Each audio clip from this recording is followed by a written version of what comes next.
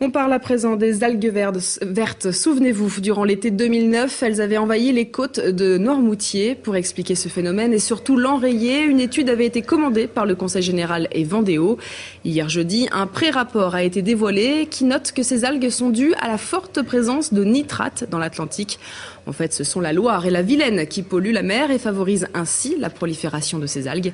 Des algues qui peuvent être nocives, mais à Noirmoutier, elles sont mélangées à des algues brunes moins dangereuses.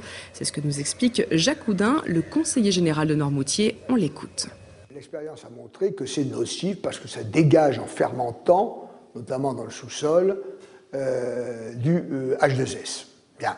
Et c'est ça qui, à haute dose, à haut degré de concentration, peut entraîner des dégâts. Mais chez nous, la proportion algues vertes, algues brunes, je vous dis, c'est à peu près moitié-moitié, parfois un peu plus algues vertes, un peu moins.